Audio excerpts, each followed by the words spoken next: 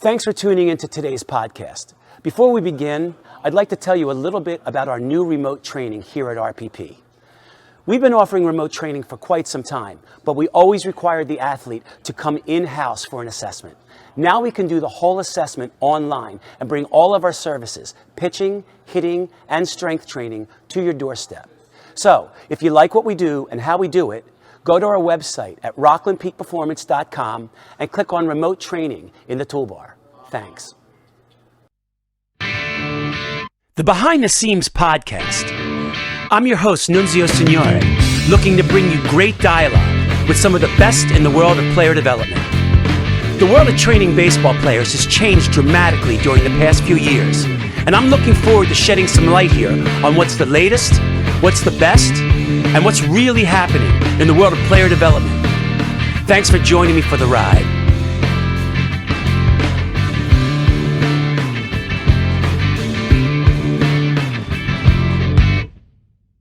Hey guys, welcome to the Behind the Scenes podcast. I'm Nunzio Signore, and today we've got Patrick Jones, a buddy of mine. Many of you may know him from his own podcast, Patrick Jones Baseball, but today the tables have turned. Patrick interviewed me in September of 2019, and now it's time to let him do the talking, let him do his thing. So by way of background, Patrick played baseball at Xavier University, and he currently runs his own baseball academy by the same name in Cincinnati, Ohio area. He also runs a college recruiting business alongside of it, which is what we're going to basically be talking about today. If you've ever listened to one of his podcasts, you'd know that his passion for the game is bar none. I should also add that he was in the Baltimore Orioles organization for a couple years as a hitting coach in their minor leagues. So it goes without saying that he's here with a huge amount of experience in all aspects of the game. But like I said, today's talk's going to be primarily about the recruiting process. So we'd like to welcome to the show Patrick Jones. Thanks, Patrick. How you doing? Pretty good, Nunzio. I appreciate you having me on. It seems like yesterday you were on my podcast, but you said 2019, we got to get you back on the podcast again sometime. Yo, 2019 was, 3 years ago, and it flies. And I hate to say it, but the older you get, the shorter that time is going to seem to go by. The recruiting, I was explaining to Patrick, the recruiting process right now, I'm getting great feedback on my podcasts from talking about the recruiting process. And I mentioned to Patrick about this forensic feeling that everybody has due to the portal. And you were getting ready to say something. I said, hold that thought, Patrick, because let me just hit record. So let's just start right there. The forensic nature of recruiting right now, and what are the changes that you see between, say, somebody trying to get recruited this year as to 3-4 years ago? Yeah, so it's completely changed. Just from the time that when I was in high school 15 years ago versus now. And I think it can be frustrating for a lot of players, like no question about it. But I think if you go in it like with an actual game plan, it simplifies it a lot and it doesn't feel so intimidating. I think that the big thing now, especially with high school players, is the transfer portal has been a game changer. The coaches that I talk to, they say that, kind of going forward, the classes are going to get a little bit smaller just because the high school recruiting classes, just because they can go into the transfer portal. And if they need a guy next year, they're going to go and grab someone out of the portal who already has that D1 experience, which is so valuable versus bringing in a high school kid who's unknown. And let's face it, Nunzio, like there's other things that are unknown too. What's a transition like to living away from home for the first time, right? They don't know that. Can he make the transition into classes and get the grades and be able to handle time management, things like that? So there's a lot of other things that go into why it's valuable to bring in somebody in the transfer portal versus somebody just straight out of high school. Now, with that being said, there's some kids right now who are in the transfer portal, who want to go in the transfer portal, and like a couple of them that I'm actually working with. And there's some things to note there too, right? You don't just want to just go in the transfer portal without having some numbers to back you up, because there's over 1,000 kids in the transfer portal, and so you have a lot of competition in there. And so by just thinking that you went to a certain school and were just on a roster, and by just going to the transfer portal, you're automatically going to get several phone calls from coaches. that's not a wise decision because especially with all the how the amount of high school kids that the selection has slimmed out. So now it's really harder. Right. It's way harder right now. And I mean, these coaches are trying to win games, right? So if you're going to a school, a college, for example, and you didn't play very much, you didn't put up numbers, why would they necessarily bring you in to be able to play right away? So you have to go someplace. And this is one other thing that I tell kids in high school, you shouldn't solely go to a school and be like, okay, I'm only going to be there for a year and then I'm going to go in the transfer portal and then I'm going to transfer to a bigger school. I think that's the wrong mindset to have personally.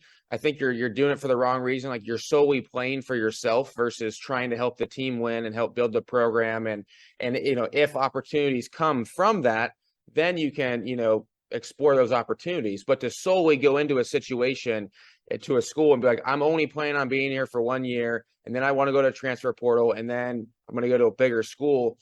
I think anytime you're solely playing for yourself, you're actually not going to have the same level of success that you would have if you've gone there with the right mindset of trying to help the program and trying to help them win games. So that's kind of what I see from the transfer portal side of it. But it's been a game changer. I mean, I just recorded a podcast with a kid I coached a few years ago who's at LSU right now. His name's Cade Beloso. And, he told me straight up, I mean, they're getting deals. He's had other friends who've gotten cars from NIL deals. And so it's completely changed a lot how our recruiting is done. It is crazy. It's completely crazy. It's the wild, wild west. And I've heard college coaches tell me this, where it used to be a gentleman's handshake, Nunzio, where, hey, if you had a guy and he was committed to play for you, I wasn't going to talk to him. I honor that commitment. Now there's a lot of coaches going behind other coaches' back saying, hey, if you decommit and come to my school, I have this amount of money laid out for you. You can come play, have a chance to compete right away. And so there's all these kids decommitting and then committing elsewhere. So it's nuts right now. And let me ask you something. Let me play devil's advocate for a minute. So granted, you said it's a great advantage for a college to be able to grab a guy out of the portal that already has some college experience, has already started living the college life, has already been playing ball on the college level. So there's a learning curve there that a coach can bypass by taking somebody out of the portal. But to play devil's advocate, I was speaking to, I believe it was Coach Bomber from Sac State. He said one of the things he thinks that high school kids, if you want to try to draw a positive from it, there also is, he said, he feels some positive aspects of taking a high school kid who is a little green that is ready to buy into your program. Sometimes when you get a college kid who's already has already put a year or two in, you're getting a guy who thinks he's already been around the block, and it gets him a little hard. Sometimes it's a little hard to get those college guys to adapt to your way of life. So you may get a great player who's a crappy team player or a crappy person in general and thinks, the world owes him everything now because he's already put some time into college. Whereas if you get a really good high school kid, what he may lack in experience, he's going to roll over and die for you. Yeah, and I 100% agree with that. I think if you're building an actual program from the ground up and you want an actual program, I think high school kids are probably the way to go. From what I've seen, the coaches that I've talked to, usually the transfer portal is for an immediate need, where we need a first baseman for next year, like we have nobody, or we need a third baseman or a catcher, whatever it may be, and they utilize the transfer portal that way. But he's definitely right. I mean, if you want to build a program and have that team chemistry and all that goes into it, which is so important, I think having guys who are going to be there for 3 or 4 years is the way to go. And I think out of high school is that's how you go about doing it. So I definitely understand what he's talking about. And then the other thing I would say too is for some kids, there's always a story, right? Why they're in the transfer portal. If I talk to a kid and the first thing is, well, I didn't like the coach or the coach didn't like me. It's like, geez, okay. I mean, so there's sometimes a story within that too, that you have to dig deeper and do your homework on as a coach. So to his point, he's definitely not wrong. Can you give us some suggestions on how a young athlete can figure out if a college program is the right fit for him? Some things to think about.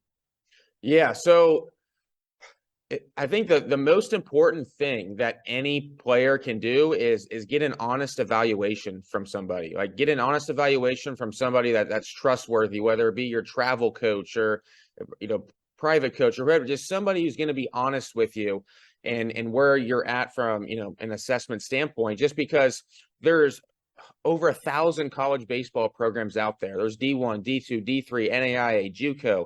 And so it can be overwhelming, and you may not know exactly where to focus your attention on because you don't know exactly where you're going to be, where you're being evaluated at or where you project at. And so there's a difference between being the best player on your team and being the best prospect. And a lot of times that's not the same person. So that frustrates a lot of players because they think, well, I have the best ERA or I have the best batting average. And why is so-and-so getting offers and I'm not? Well, the best player and the best prospect aren't always the same. And so Right. they're evaluating you on what you're going to be in a few years, not where you're at right now. And so getting that evaluation is so important. And then utilizing, here's the thing, but people don't understand is it takes work to get recruited. Like you have to be willing to put yourself out there, to email coaches at all levels. I wouldn't just put yourself in one pigeonhole in just one level. D3, D2, D1, email, social media. It's just constantly, like, it takes work. And I think if you're proactive about it and you have other people around you who are proactive too, whether it be a travel coach or someone like myself or whoever it may be, then that's going to put you in the best position possible because you're able to have messages about you coming in from all different angles to different coaches on social media and emails and things of that sort. So that would be my biggest recommendation. So let me ask you, as far as being proactive, this might be a little bit of a touchy subject, but for me, being in the business for quite a while now, I've seen a dynamic shift with social media and phones and computers and just the dynamic of kids being proactive. And I'm not just talking about emails. I'm talking about proactive in their training, proactive in anything. Basically, what I'm really talking about is attention span. And I'm starting to see a lot of kids. I see a lot of kids are starting to, it seems to be a lot easier to pass the buck on to their parents. You know what I mean? They can't really do that with the training scene, but I do know even interns that sometimes come and if any interns are listening out there, when you come and you apply to me for an internship, and I ask you, the first question I ask you is, what have you done to prepare for this internship? Have you gone on my website? And I see there's a big, just blank silence. I can tell that they haven't taken the time to be proactive enough to even do that. And you know what else? Answer your emails. Don't answer me. Don't answer an email back 6 days later. So my question to you is, when you're helping kids get recruited, do you see this dynamic with a lot of kids? They're just kind of sitting there and they're looking at you like, whatever my mom decides we're going to do, we're going to do. Yeah. Well, I mean, like you just said, someone if I'm interviewing, a job for you and I have no background on you, I didn't do any research at all. You're probably like, he just wants a job. He doesn't even care where it's at. Like he won't get that job. Right, exactly. And so I hear that all the time from college coaches too, where they get these generic emails that were clearly just copied and pasted. Yeah. And the college coach is like, he doesn't really just want to play here. He just wants to play anywhere and is just waiting to get an offer. So what I do with kids is like, there's a part of like the framework that I tell them, you fill out all your background information and I show them how to do that and everything. And then, in the middle section that's where you have to do your background work on that school. Like, I don't want it to just be where you're just copy and pasting stuff, or I know I definitely don't do that, but where you just copy and paste stuff, but you clearly show that you did some background on the school, whether be it they have the major that you want, maybe somebody on the team, or you heard the coach on a podcast, and from a development standpoint, you like what they preach to their players. Something in it, yes, it takes extra work. Yeah, do some research. Do some research, Exactly. And yeah, that does take an extra, maybe 5 to 10 minutes, Yeah, but it's right. going to go a long way because nobody's doing it, because it takes the extra 5 to 10 minutes. And not most people aren't high achievers. They do what the majority do. If you do what the majority, you're going to get to what the majority gets. So I love that. showcases, camps, travel programs. What's the best way to get noticed? And if the answer is it depends, what does it depend on? So it does depend, and it depends on the age of the player. So I always think about Nunzio, like if I had a son right now and he was getting ready to go into high school, like, what would I want him to do?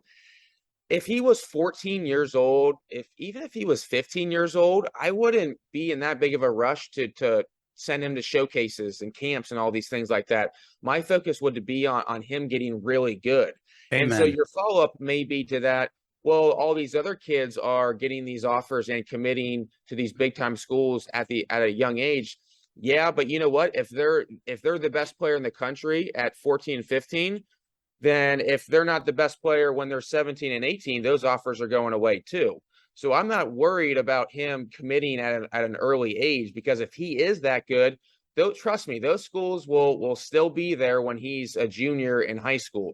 So I think it's focusing on development. And then I would say by the time the summer heading into your junior year, that's when I would start going to a couple showcases. I like PBR just because of the numbers. They do a good job. It's simple. They do, you can get your 60 time, and there's some just numbers that coaches, for the most part, are going to trust. They also have video that coaches can watch too of the players. So that's what I would do, is focus on development, still play, some competitive baseball, of course, but get really good. And then that summer heading into your junior year, that's when I would start going to a showcase. And you can maybe go to a showcase before then too, but just know that you only get one chance to make a first impression.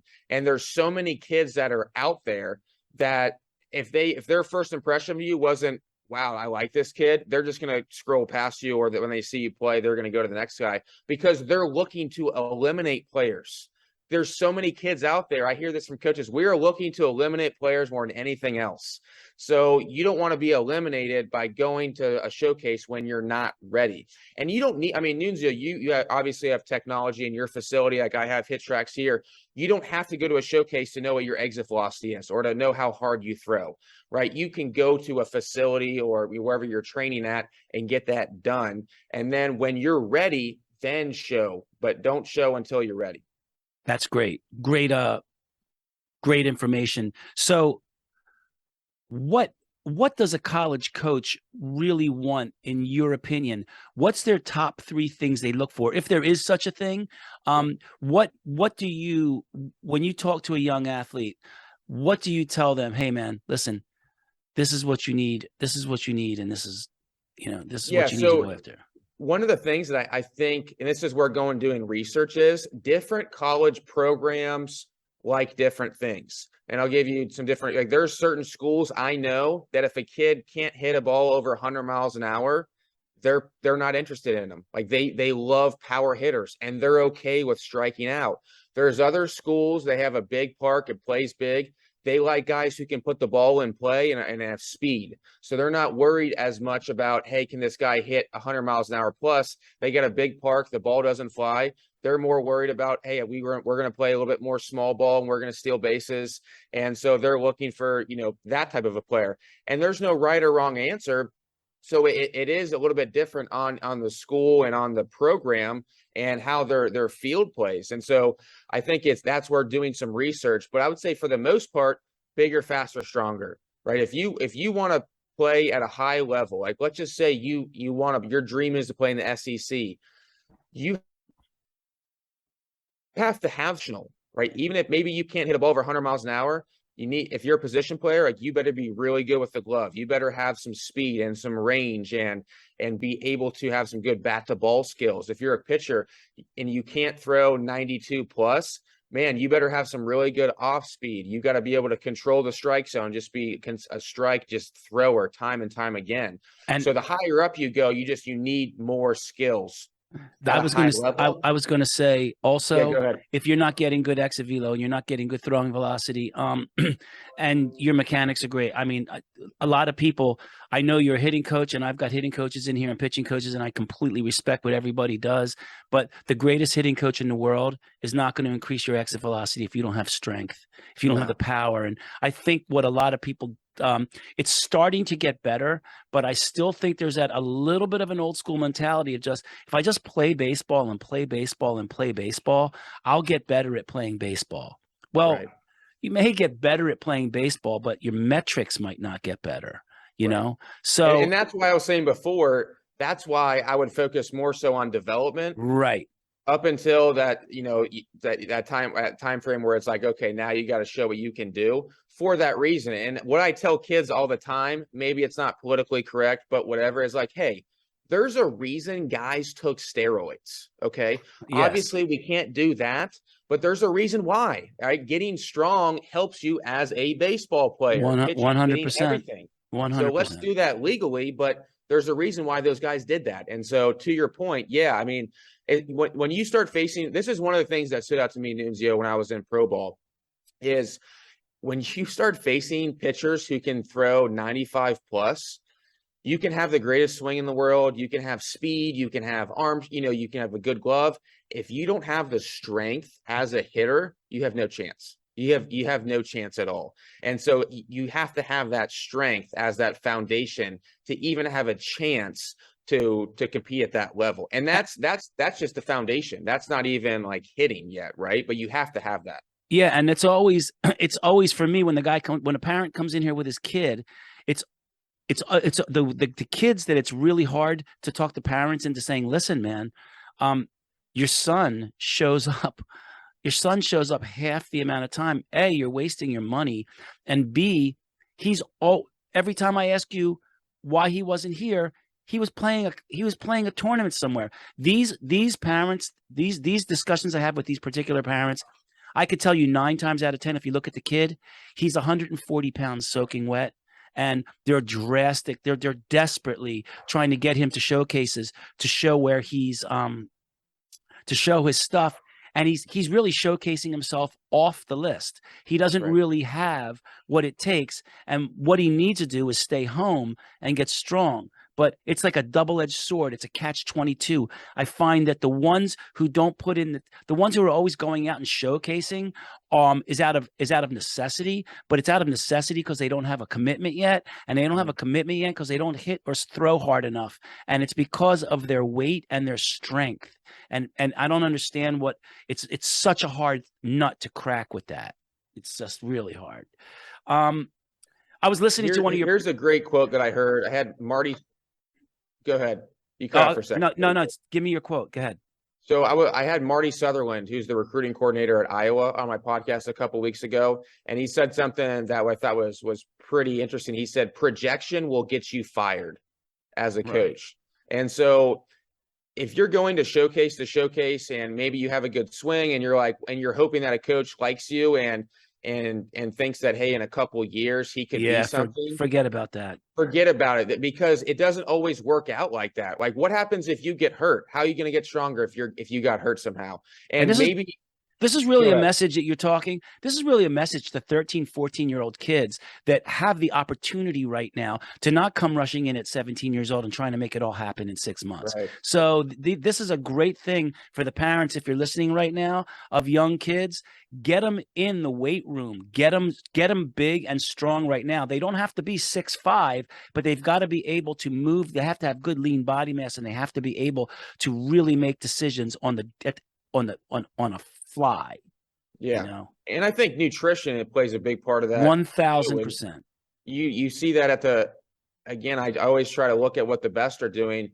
You look at what the big leaguers are doing. I mean, those guys, they take care of their body. They get sleep. And then you may hear of different stories. I'm telling you, for the majority of those guys, they live, eat, sleep, breathe as a professional athlete and live that way too. And there's no reason you can't start instilling that at a young age. I mean, even just right now. 100%. I was listening to one of your podcasts where you talked about up the middle is where the money is. You were referring to catcher, pitcher, shortstop, center field. So what does that mean for the corner guys and their recruitability? So it means that they have to be really good at one or two things, right? Because their bat has to be really good. Because look at it from a college coach's perspective. If you're already a corner guy in high school, you're not going to go to a college and suddenly become an up the middle guy. And so that Right. means that you're going to have to stick at a corner position in college, which means that you're going to have to hit, because they can go get a guy who's up the middle and has that athleticism and always put him in a corner spot. He'll always have the athleticism to play in a corner spot. But a corner guy probably is, I wouldn't say probably, he's not going to be able to make that transition to up the middle. Like, as a corner player in college or in high school, I can promise you, you can't make that transition. So that's why they're always looking for guys who are up the middle, because it's like, okay, great, we could go get a shortstop. He could stick at shortstop, or maybe we already have a shortstop or second baseman. We could throw him over to third. We could throw him in right field. We can put him several different places, and so it allows more flexibility within the program. Qualities of the best high school hitters aside from mechanics. I've also heard you say that we obsess over mechanics more than anything else. However, that's not the thing that ultimately separates hitters. So, talking a little bit on the next two things about the hitting side, can you please explain explain yourself on that statement? Yeah, I think here's the thing. Hold on. I think my mic went out for a second. Hold on. It's good. I edit these anyway, so we can edit all this out. Okay. Are we good now? Yeah, we're good. Okay.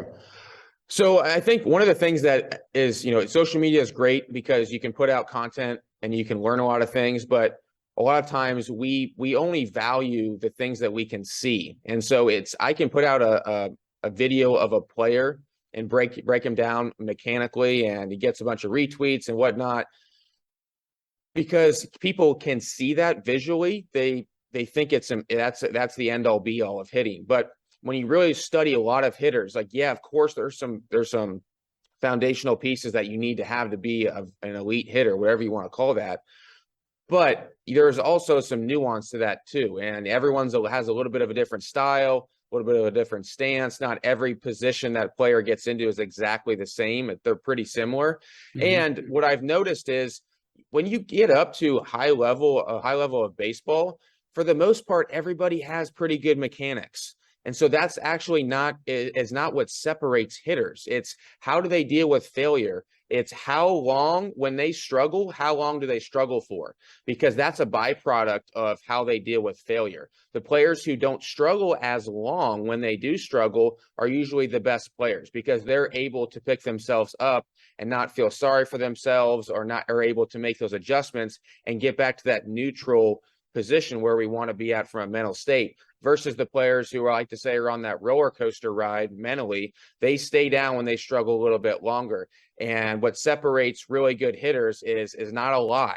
It's not a lot. And so if you can get to a place where you don't struggle as long, so maybe instead of, for an example, instead of going 0 for 10 with 7 strikeouts, maybe you go 2 for 10, right? Because you're still going to struggle a little bit because it's hitting, but you just don't struggle as much. And those 2 at bats over the course of a season, when you take into account all the other at bats you're getting, that makes or breaks a hitter. That little amount of success, that little change, is what makes a hitter.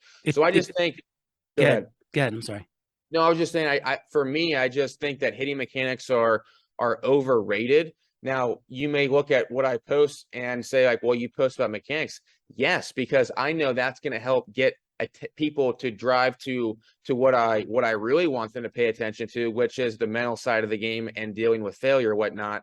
Because if I just posted about that, I wouldn't get as much traction. And that's what I was just going to say. What you're really talking about is the mental game. Yeah.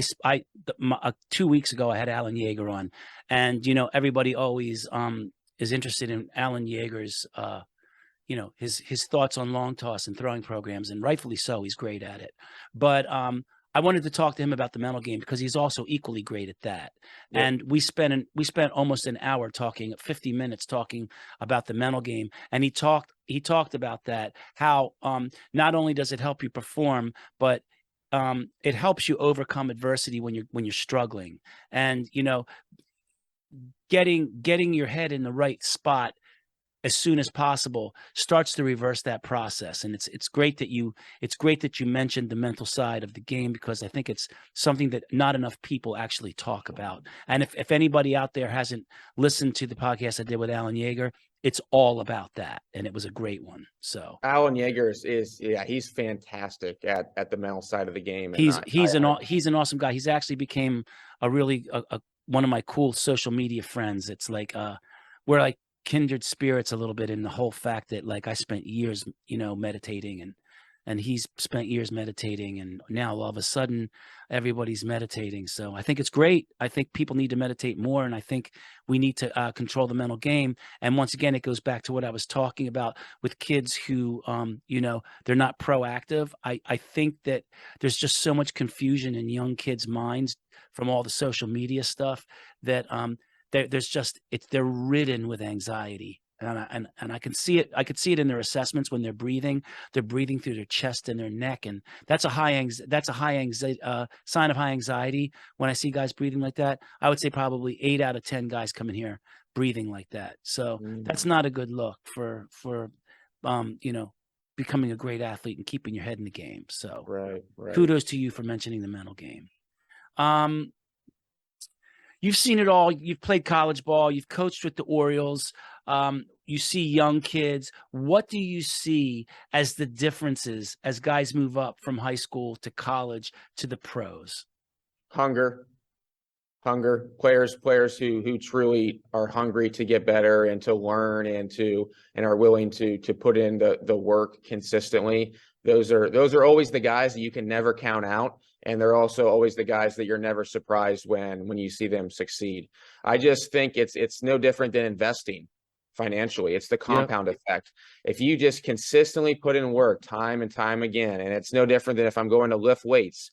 I'd rather lift weights, an hour a day, 3 or 4 times a week versus 5 hours one day a week, right? You're going to see way better, different result, and a better result if you're consistent and you do that over months and years. And so that's the same thing with what I've seen from a hitting side is, man, the players who just love it, they just love it, and they love getting better, and they're hungry. Those are the players that I see have the most success and make the biggest jumps. And it's as simple as that. It's hard. I agree with you 100%. Once again, we have the word proactive. The guys that are proactive and put the work in and are generally the guys that are hungrier. I think it's a challenge when you're a high school kid. You really don't know which end is up yet. You don't even know if you're going to play in college. So your hunger, while it should be great, I think a lot of young athletes are kind of used to having things handed to them nowadays. And that hunger is kind of lacking. Once you get into college, okay, so now I've taken my craft from high school and I worked hard, and now I'm in college. Wow, I'm a little bit closer to the dream. You know what I mean? I'm getting my education paid for, and I'm closer to the dream of being a pro. So maybe the hunger gets a little bit more, and it's a little bit more motivating, makes them a little bit more hungry and proactive. And then you get to pro ball and you're making money, and in order to the challenge in pro ball is to stay in pro ball.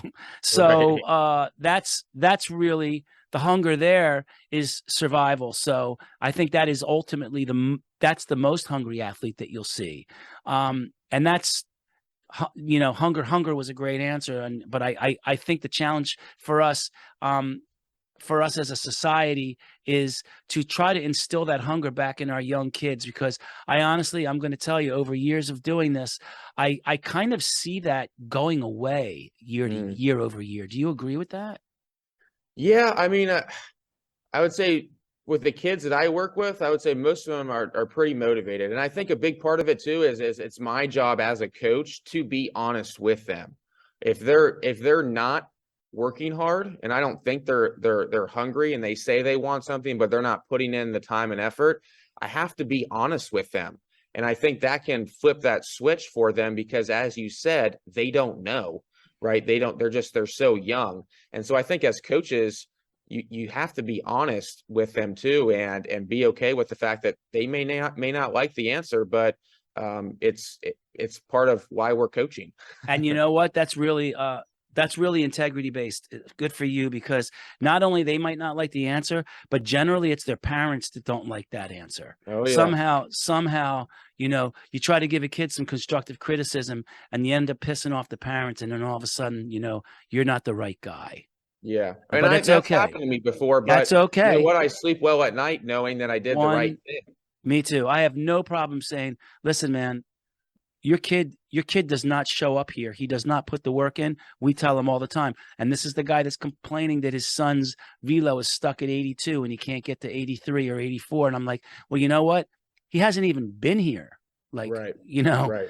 there's Right. no magic pill, dude. You Yeah. really got to do the work. So in wrapping up this conversation, I just want you to give me a summary of your transfer portal thoughts. What does it mean for those guys looking to play at the next level, and some suggestions you may have for guys dealing with this issue. So I think the biggest suggestion that I have is I would try to reach out to coaches at all levels. I wouldn't solely pigeonhole yourself into D1 or nothing, because it's similar to dating. You don't just go on one date, right? And then be like, oh, I guess I'm going to marry. I just went one date. Right. You go on multiple dates, and it's probably going to be with multiple different people, because you're trying to figure out what you like, what you don't like. And so you're trying, it's time. And so you want to talk to different college coaches at different levels and see, which ones you connect with, which ones you like, which ones maybe you don't connect with. So I would cast a wide net, and I would start putting out different pieces of content where you email them and try to establish relationships with them, because at the end of the day, it's what's your end goal.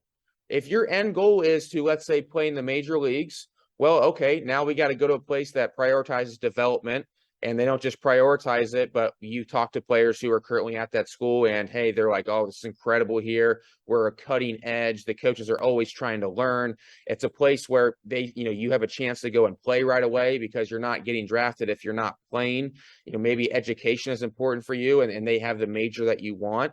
So I would say, like, those are the things that I would focus on, is what's your end goal, whatever it is, not right or wrong, and then reverse engineer based off of that. And so understand, if your end goal is to play in the major leagues, you got to go a place where you're going to play. There's been guys who have played in the major leagues who have gone to D2 and D3 schools. And there's been a lot of guys who never played in the major leagues who went to a D1 school because they never played. So go to a place where you're going to play if that's your goal. Awesome. Patrick, thank you so much for being here today. This was enlightening for me, because like I said to you at the beginning of the podcast, this is one topic that I'm truly a spectator in. So it was great to have you on. It was great to hear your opinion and get us through this podcast, because I did a lot of listening today. I did a lot of writing down, actually, too, that I can actually share with my parents, which is great. How can people reach you? I would say the best way is just email jonesbaseballtraining@gmail.com. So that's probably the best way. Awesome. For me, you can reach me on Twitter at Nunzio Signore, and you can reach my facility on Twitter and Instagram on @RPP_baseball. The website is www.rocklandpeakperformance.com. I also have a book out on velocity-based training through Human Kinetics. You can get from them or on Amazon, called Velocity-Based Training: How to Apply Science, Technology, and Data to Help Maximize Performance. Been getting great responses on that book. And until then, we'll see you on the next episode of Behind the Seams podcast. Thanks for being with us, brother. Thank you.